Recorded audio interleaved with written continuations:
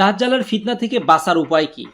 এক ভাই আমাকে জিজ্ঞেস করেছেন, হুজুর, দাজ্জাল নাকি খুব অল্প সময়ের ভিতরেই দুনিয়ায় আবির্ভাব হবে, তাহলে এই দাজ্জালের ফিতনা থেকে বাঁচার উপায় কি? আসুন আমরা এ প্রসঙ্গে কোরআন হাদিস থেকে জানার চেষ্টা করি। এ প্রসঙ্গে কোরআনের ইঙ্গিত হলো সূরা কাহাফ দাজ্জালের ফিতনা থেকে বাঁচার শিক্ষা দেয়।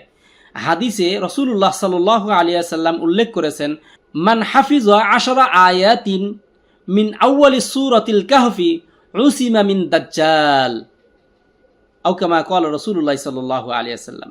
রাসূলুল্লাহ সাল্লাল্লাহু আলাইহি ওয়াসাল্লাম বলেন যে সূরা কাহাফের প্রথম 10 আয়াত মুখস্থ করবে সে দাজ্জালের ফিতনা থেকে রক্ষা পাবে।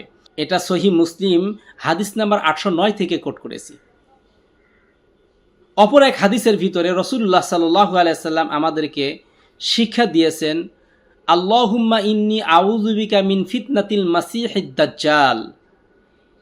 এই হাদিসের অংশ থেকে আমরা বুঝতে পারলাম যে রাসূলুল্লাহ সাল্লাল্লাহু আলাইহি ওয়াসাল্লাম আমাদেরকে শিক্ষা দিয়েছেন সূরা কাহফের 10 আয়াত, প্রথম 10 আয়াত মুখস্থ করে আল্লাহ রাব্বুল আলামিনের কাছে ফিতনা থেকে, দাজ্জালের ফিতনা থেকে বাঁচার দোয়া করতে হবে এবং তৎসঙ্গে নামাজের ভিতরে বা সর্ব অবস্থায় যখনই সম্ভব হয় আল্লাহুম্মা ইন্নী আউযু বিকা মিন ফিতনাতিল মাসিহিদ দাজ্জাল, এই দাজ্জালের ফিতনা থেকে বাঁচার দোয়া করতে হবে।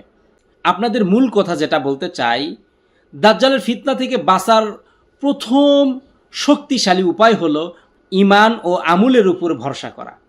অর্থাৎ আপনি যদি সত্যিকারেই আল্লাহর উপরে ভরসা রাখতে পারেন, আপনার ঈমান যদি মজবুত থাকে, তাহলে আপনি এই দাজ্জালের ফিতনা থেকে বাঁচতে পারবেন। তৎসঙ্গে আল্লাহ রাব্বুল আলামিনের কাছে এই ফিতনা থেকে বাঁচার জন্য বারংবার দোয়া করতে হবে।